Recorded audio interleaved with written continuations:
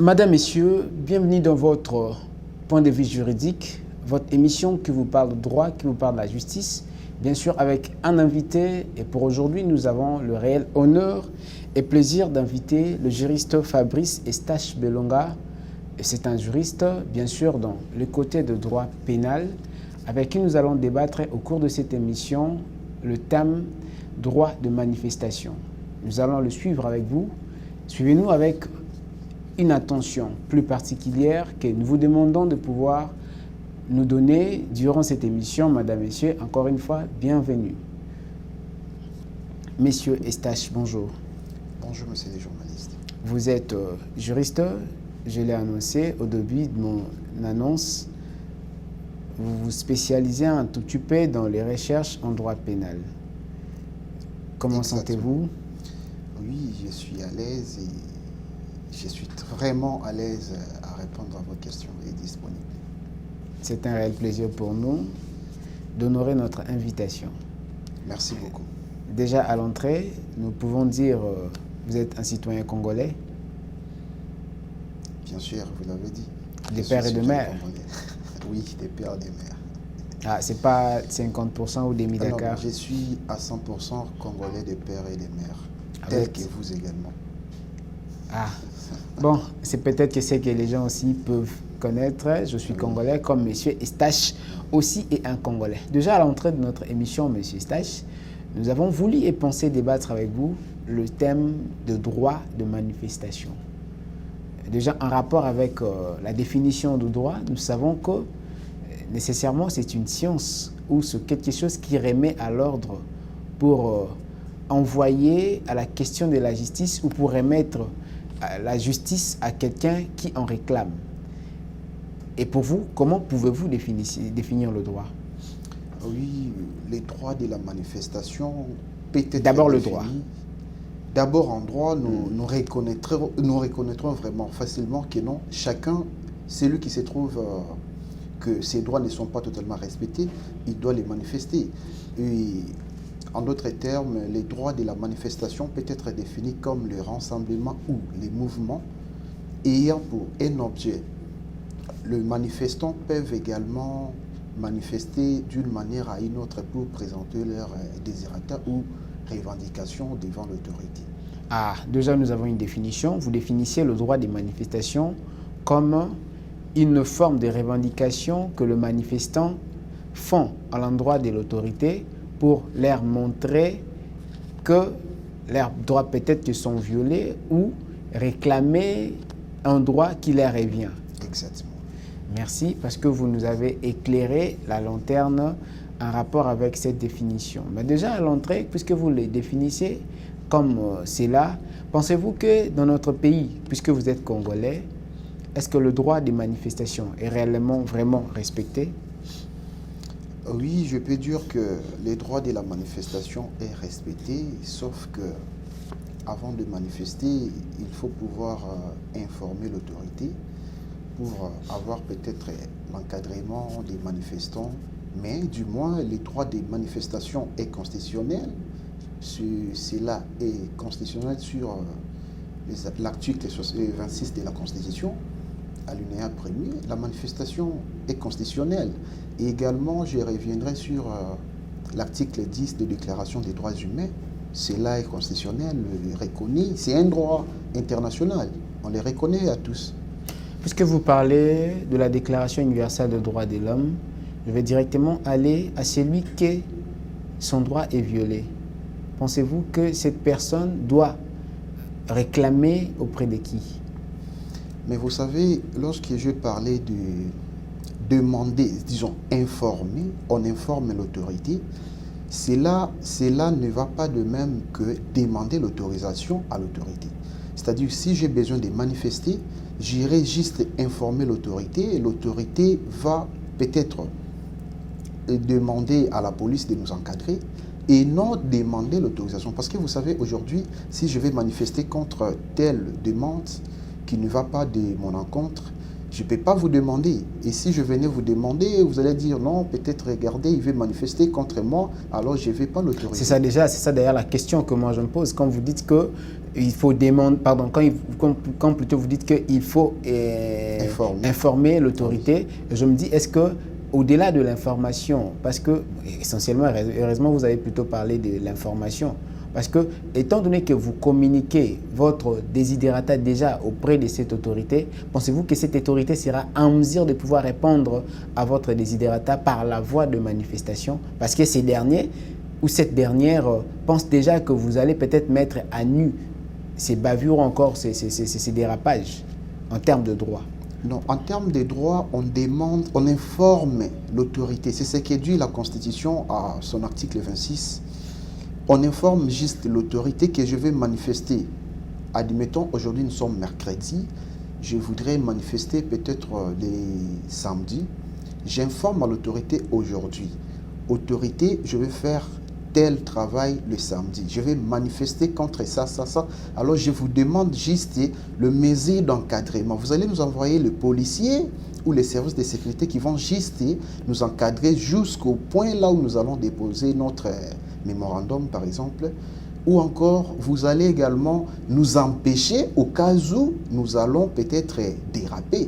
Là, l'autorité peut intervenir. Mais au cas d'information pour la manifestation, on ne demande pas juste l'autorisation à l'autorité. Parce que tu peux demander l'autorisation, mais ce n'est pas ce que dit la loi. La loi est claire à son article 26 de la Constitution. On informe à l'autorité et non demander l'autorisation. Parce que demander l'autorisation, c'est autre chose. Et informer, c'est autre chose. Alors, à la dite question que nous parlons de la manifestation, l'article 26 est clair. Le législateur a voulu séparer l'information et l'autorisation. Parce que vous savez, quand vous venez me demander l'autorisation, toutefois, je peux voir si je n'ai pas l'avantage à l'autorisation que vous me demandez là, je ne vais pas vous autoriser de faire telle manifestation. Mais lorsque vous m'informez, pourquoi le législateur a voulu mettre l'information? Parce qu'il savait de l'autre part ou de l'autre côté que non, si on allait instaurer le système de l'autorisation, les autorités peuvent également refuser. Parce que je ne vois pas que vous êtes là, vous m'appelez aujourd'hui, je vais manifester contre vous et vous demander l'autorisation. Et vous là, vous allez m'autoriser de manifester contre vous. Ça ne se passe pas. Même pas l'autorité, même moi, une personne privée, je ne peux pas accepter. Mais toutefois, je viens juste vous informer, voilà, tel jour, je ferai telle chose. Je vous demande juste le mesure d'encadrement. Et c'est ce que dit la loi. C'est-à-dire l'autorité va tout simplement envoyer la police pour sécuriser le manifestant. Et non demander l'autorisation. Si on demandait l'autorisation, l'autorité, il a plein pouvoir. Il peut également refuser de manifester. Mais cette fois-là, on parle de l'information, tout simplement. Parce que l'État ou l'autorité a le plein devoir de protéger et de sauvegarder le droit. Par exemple, je vais d'abord séparer le contexte, d'abord de protéger le manifestant et de respecter leurs droits de manifestation. Pensez-vous que, exactement et sincèrement, en tant que Congolais, que les cas est à admettre en RDC? Dans ces cas, je pense que les cas est à admettre parce que la RDC n'est pas un État mis à part. Nous avons ratifié, il y a des lois à qui la RDC a ratifié, il y a des traités. Et dans les traités, il y a des dispositions claires. La RDC également a instauré cela à l'article 26 de la Constitution. C'est-à-dire, on respecte cela. Mais il y a un problème. Il y a un problème lorsque vous informez l'autorité et lorsque l'autorité se dit que non, je ne suis pas prêt à vous protéger.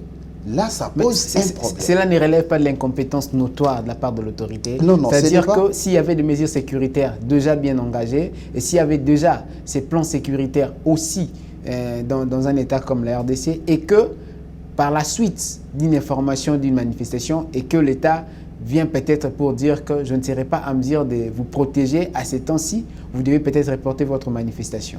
Pensez-vous que ce n'est pas de la compétence notoire, de l'incompétence notoire? Non, cela est de la compétence de l'État.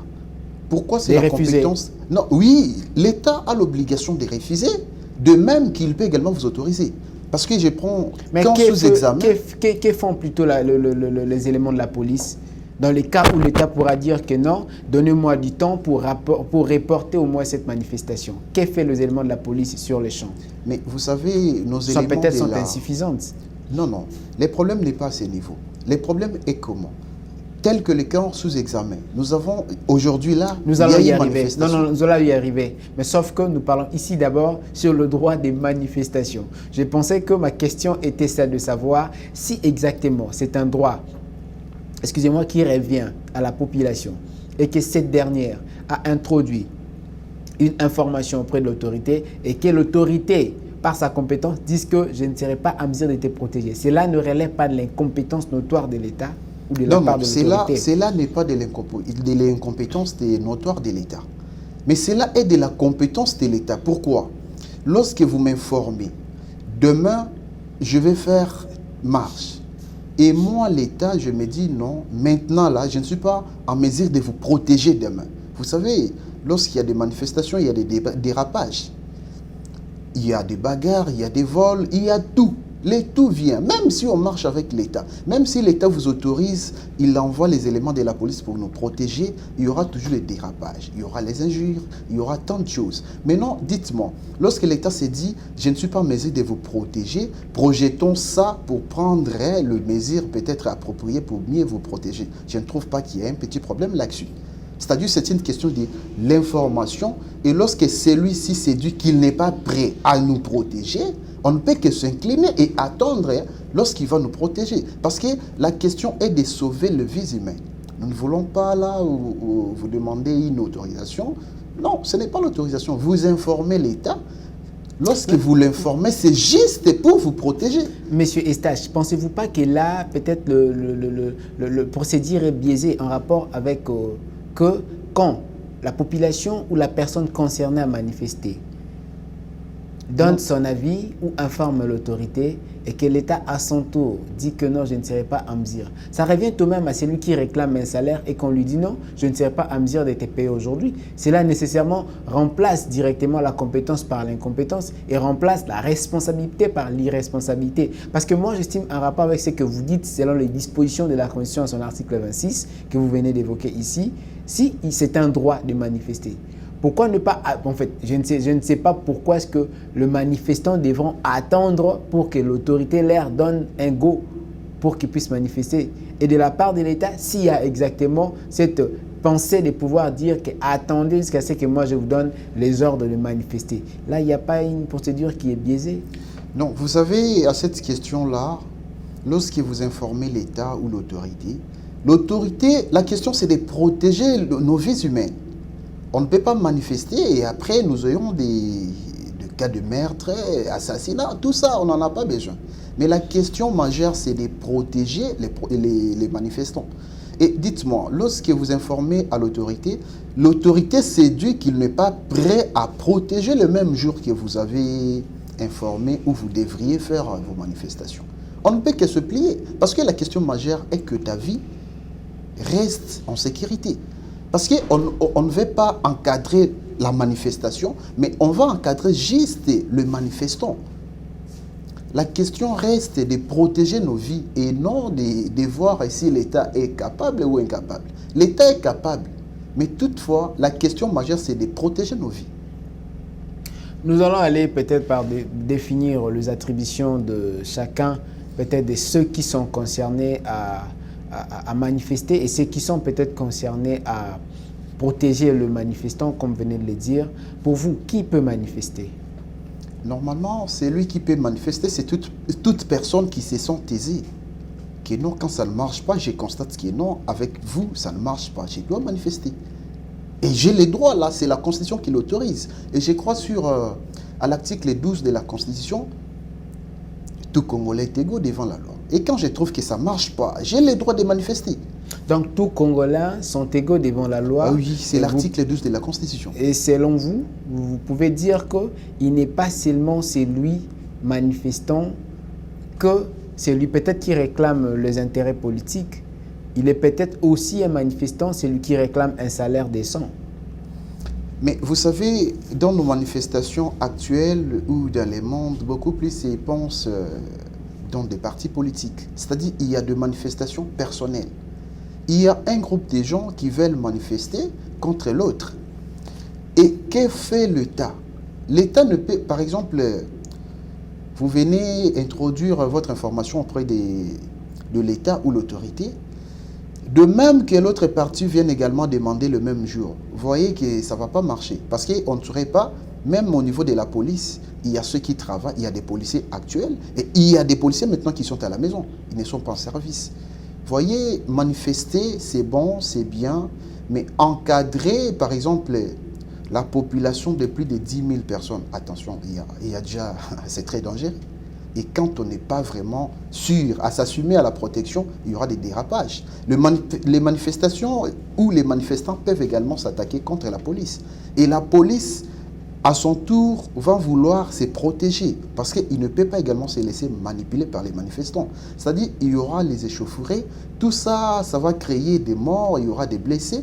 Raison pour laquelle, lorsqu'on informe l'autorité, c'est juste pour avoir des dispositions et s'assumer de protéger les manifestants, afin que le manifestant se retourne calmement chez eux. Les pays européens ne sont pas exemptés pour ces cas de manifestation.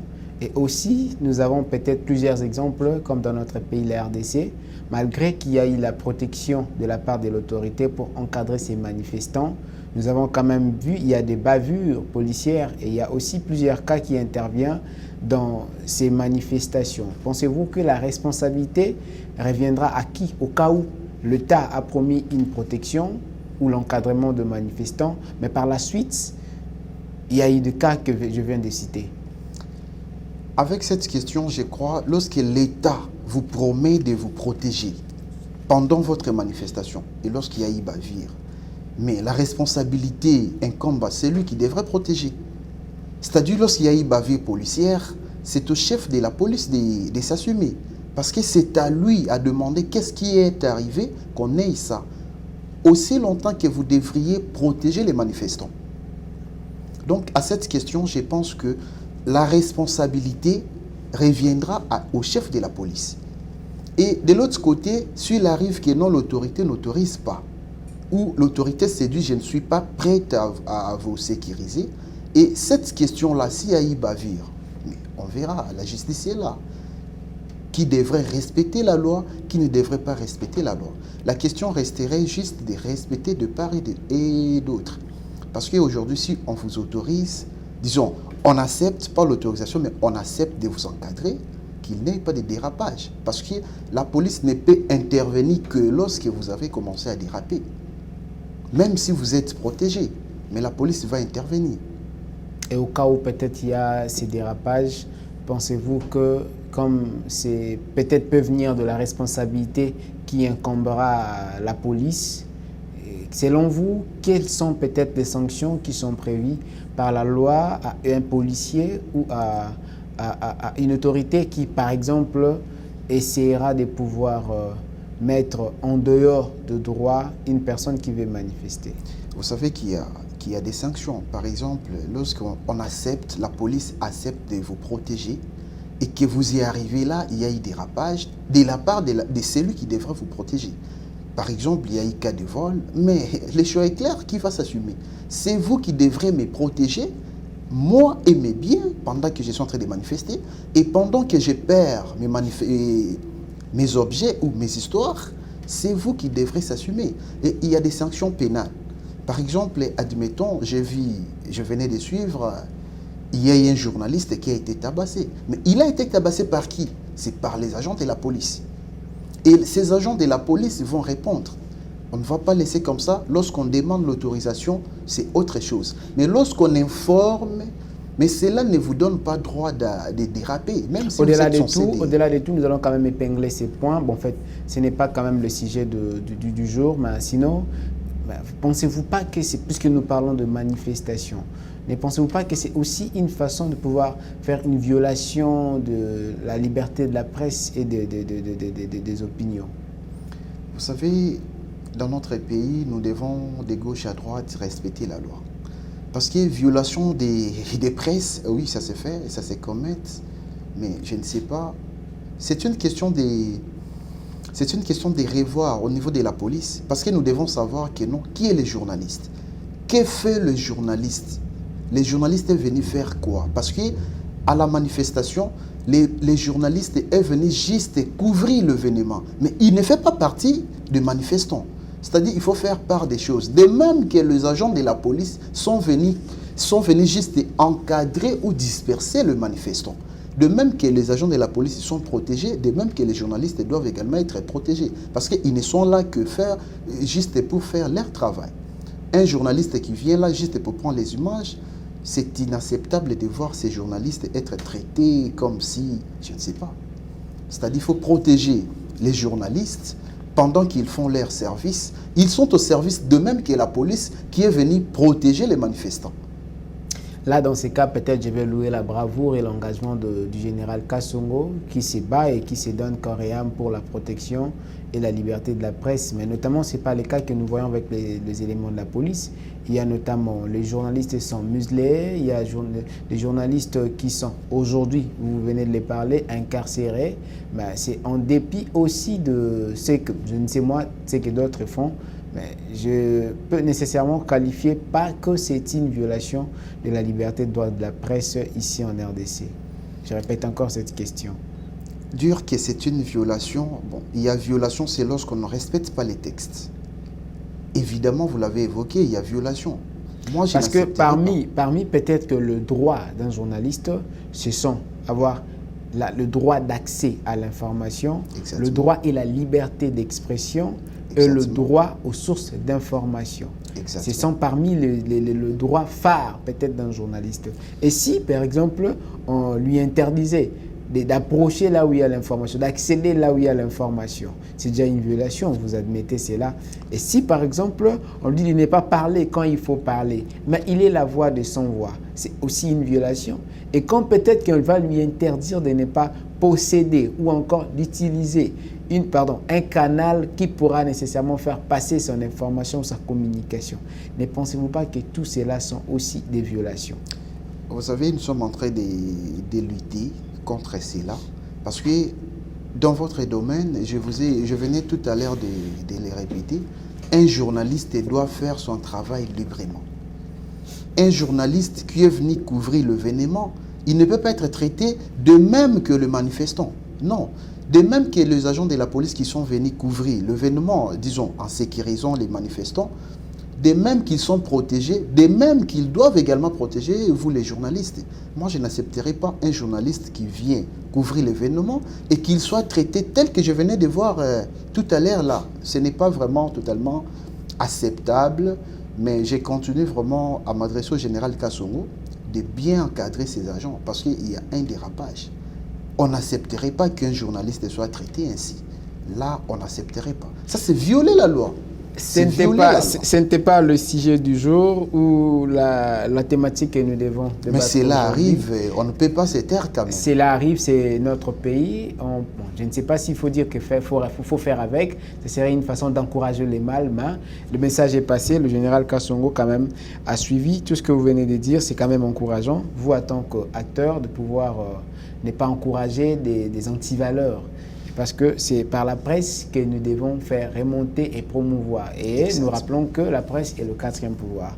Mais revenons avec notre sujet du jour. Nous parlons de droit de manifester ou le droit de la manifestation. Nous étions en train de dire, vous, en tant que juriste, pouvez-vous catégoriser quelles sont ces personnes qui doivent exactement manifester? Est-ce un salarié? Est-ce un journalier? Est-ce celui qui ne mange pas? Est-ce celui qui réclame une vie sociale décente? Est-ce celui qui réclame ou a droit aux élections mais qui n'en a pas? Essayez un peu de nous catégoriser celui qui a droit exactement de manifester. Non, à cette question-là, c'est tout le monde. On n'a pas énuméré qui devrait manifester et qui ne devrait pas manifester. Mais je vous dis, même les prisonniers manifestent. Lorsque la personne est déjà condamnée... Dans les lieux incarcéraux? Oui, ils manifestent. Et lorsqu'ils ne mangent pas bien, ils manifestent. Et malheureusement que peut-être les journalistes n'y arrivent pas. Et lorsqu'un prisonnier est malade, a droit à se faire soigner. C'est-à-dire, à cette question-là... parce qu'on ne peut pas porter atteinte à la vie humaine. Voilà. C'est la vie humaine qui est beaucoup plus protégée que toutes les autres branches qui sont restées là. C'est-à-dire, la manifestation est donnée à tout le monde. À celui qui se sent aisé ne peut que manifester. Lorsque vous parlez, même un prisonnier a le droit de manifester. Ah oui. Dans des manifestations, nous assistons aussi, par exemple, nous filmons un peu beaucoup de fois dans de manifestations, nous avons peut-être récit de lacrymogènes, des gaz lacrymogènes, mais tout cela, pensez-vous pas que c'est aussi porter atteinte à l'intégrité physique? La personne qui manifeste, bien qu'il y ait des dérapages et que vous devez encadrer, vous avez bien souligné le mot, et que cette personne, cette dernière a pu faire un dérapage et que la police lance des lacrymogènes, passe des balles, et peut-être qu'une personne a connu un blessure ou encore a connu peut-être des problèmes au niveau de ses yeux. Sur le plan juridique, est-ce que cette personne a le droit de porter plainte la police? Exactement. Cette personne, si la victime est là, il a le droit de porter plainte contre la police. Et pourquoi? Raison pour laquelle je vous ai dit, je venais de dire tout à l'heure que lorsque nous informons l'autorité, l'autorité va juste prendre des mesures d'encadrement. Et quelles sont ces mesures d'encadrement? Il va envoyer ces éléments, la police, les gens des services de sécurité, ils vont encadrer le manifestant. Et même si les agents de la police sont venus vous encadrer, et s'il y a eu juste dérapage, la police va intervenir et on va arrêter avec la manifestation. Cette fois-là, c'est la police qui va arrêter avec la manifestation. C'est-à-dire, si on nous demande de manifester, nous allons manifester, par exemple, je quitte un point A à un point B. Et quand j'arrive à un point B, je vais atteindre un point C, ça devient un dérapage. Et lorsque, par exemple, il y a eu des itinéraires, je prendrai boulevard jusqu'à Huilery, et je quitte boulevard, je prends par exemple, je continue boulevard, là ça devient dérapage. Et vous voyez, quand sous examen, la police va intervenir. Peut-être la manière d'intervenir, ça pourrait être par la gaz lacrymogène, peut-être interpeller les gens, ainsi de suite. Et ma question était de savoir, puisque nous devons aussi tenir compte d'apporter atteinte à la vie humaine ou à l'intégrité physique. Cette personne qui a eu cette gaz lacrymogène, pensez-vous qu'elle a le droit de porter plainte à la police? Bon, quelles compétences judiciaires pourrait-il porter plainte contre, par exemple, la police? Vous savez, lorsque vous êtes victime d'un agent des services de sécurité, par exemple, les agents de la police, même le FARDC, le militaire, il y a les instances judiciaires qui sont là.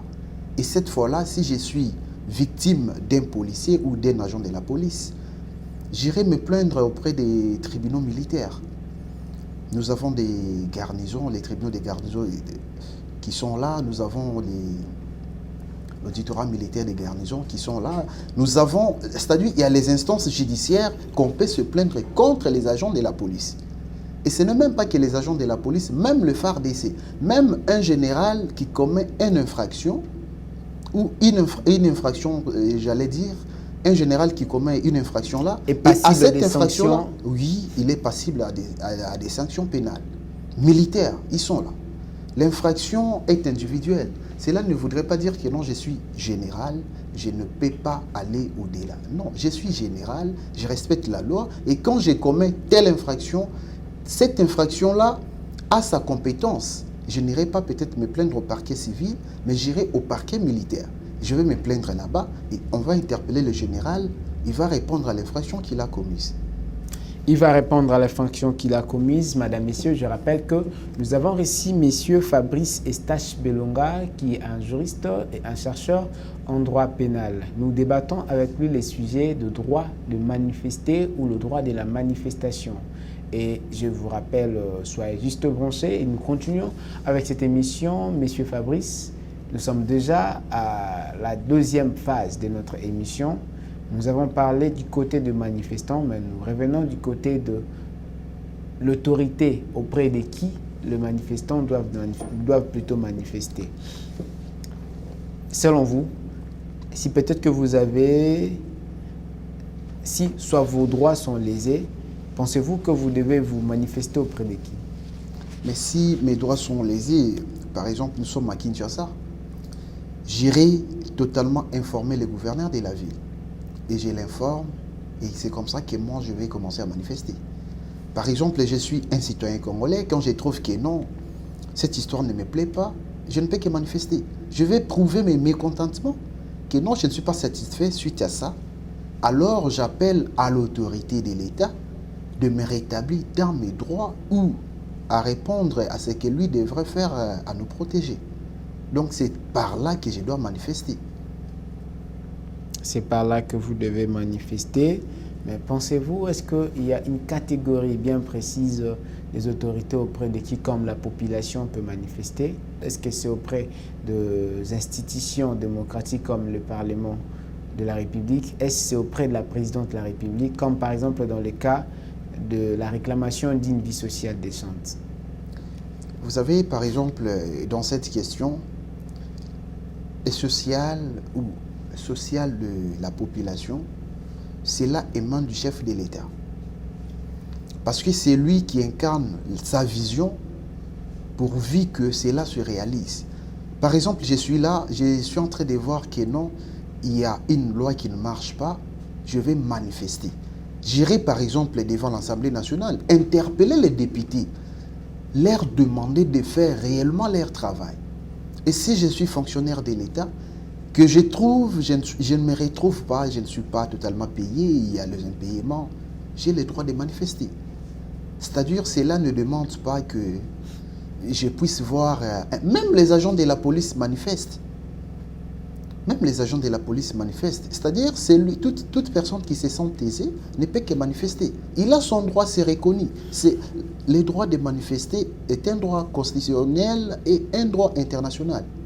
Le droit de manifester est un droit constitutionnel et un droit international. Je pense que les gens qui nous suivent en ce net moment sont déjà en train de comprendre quelque chose, que nous sommes en train de parler sur le droit de manifester ou le droit de la manifestation.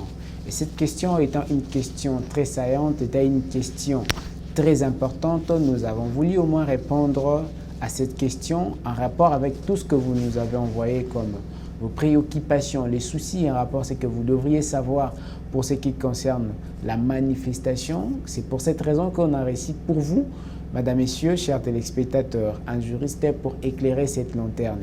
Notre pays traverse des moments beaucoup plus difficiles. Les pays africains ont un problème. C'est le problème des manifestés, c'est le problème de la démocratie.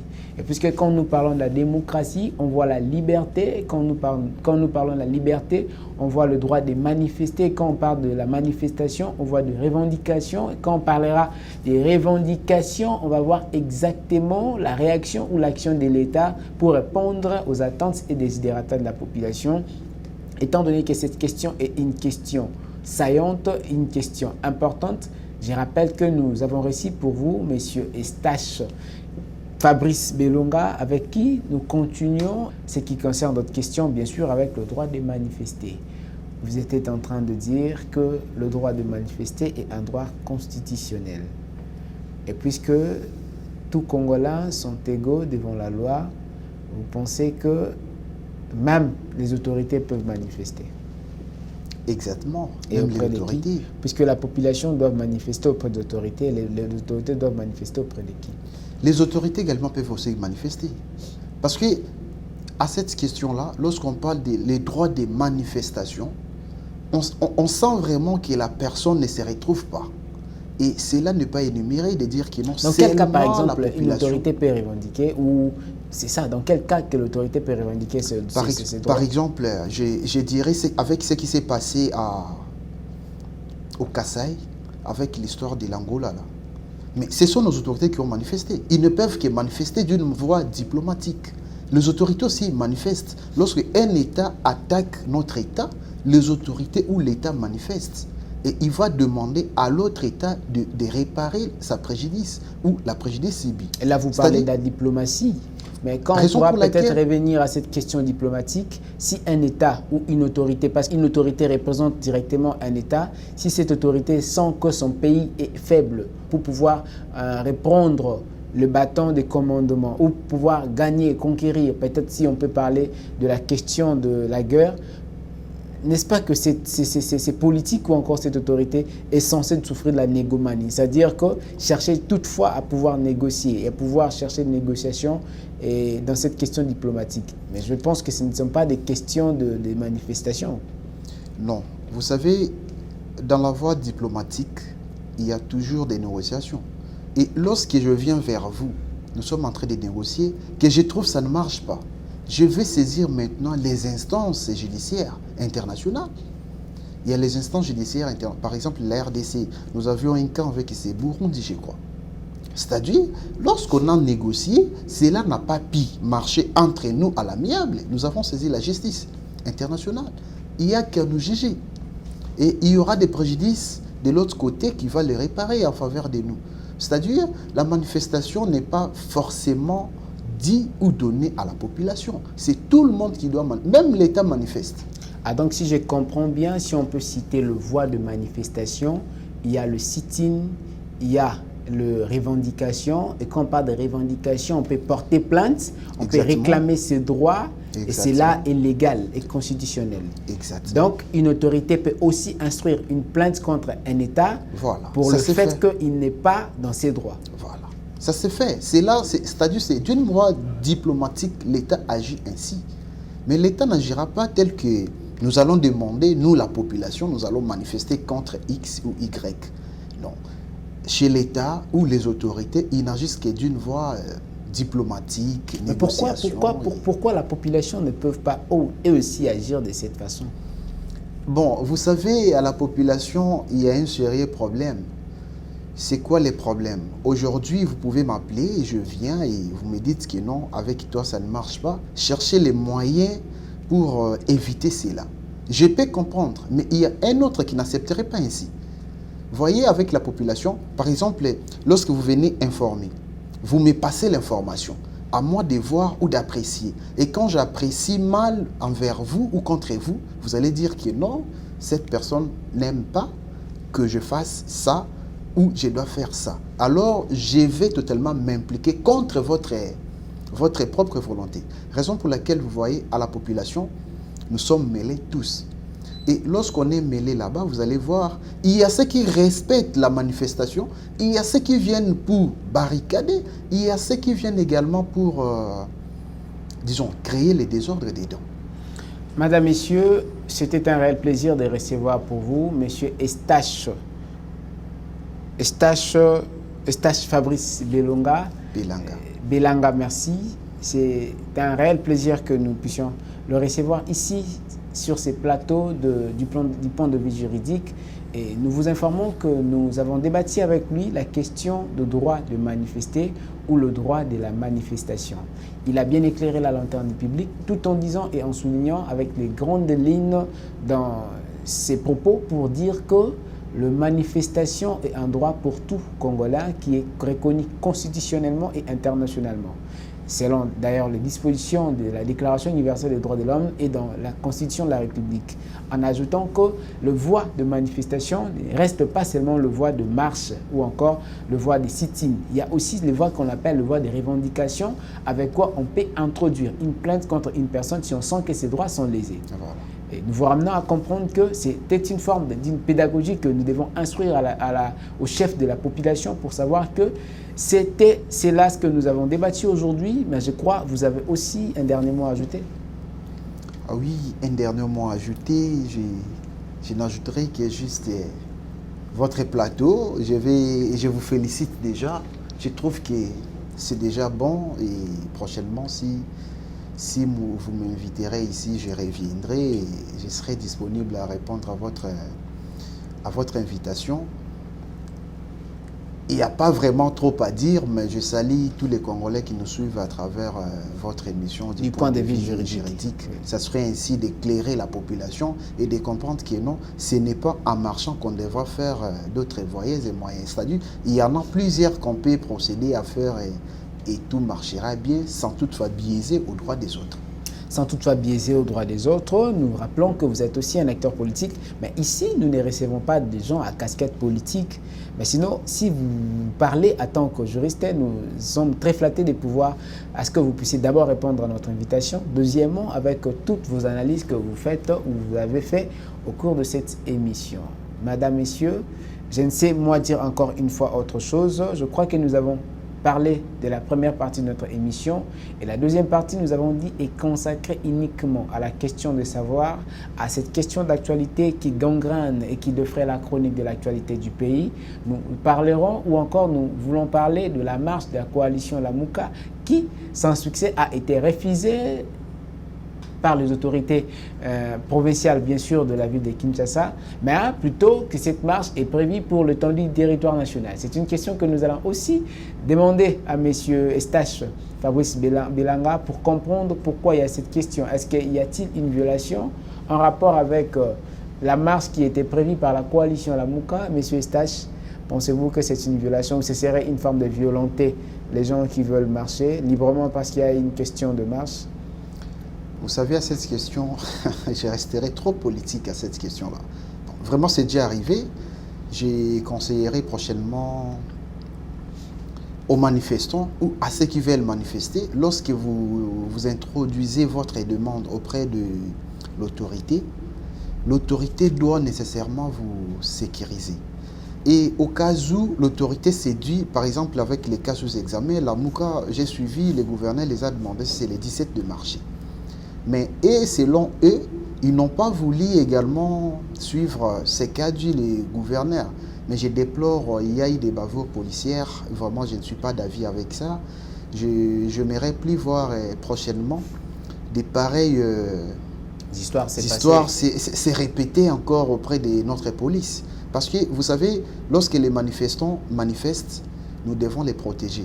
Et même si c'est là, l'autorité ne les a pas totalement protégés, nous devons juste les disperser. On peut dire à quelqu'un, bon, est-ce que vous pouvez se faire respecter? Rentrons tout simplement chez vous. Sans rien les toucher, sans rien l'arrêter, et rien ne va changer. Vous pensez que c'est facile à une personne qui est déjà montée avec des revendications qu'il doit prouver auprès de l'État, mais cela a été sans succès avant, et aujourd'hui il a pris cette occasion. Pensez-vous que ce serait facile pour un policier de pouvoir réprimander par la voie, peut-être de la diplomatie, comme vous venez de le dire, par la parole, dire à quelqu'un, non, monsieur, tu dois rentrer, et que ce dernier aussi comprend que je suis obligé de rentrer, mais étant donné que c'est un droit pour lui? Vous savez, il y a vraiment un problème. Dans le chef de la population ou dans le chef des autorités de la population? Dans les chefs de la population, également dans les chefs de l'autorité qui devraient encadrer la population. Parce qu'aujourd'hui... Est-ce que le problème semble être social ou le problème semble être juridique? Parce qu'on doit respecter ou parce qu'on doit d'abord répondre aux desiderata de la population?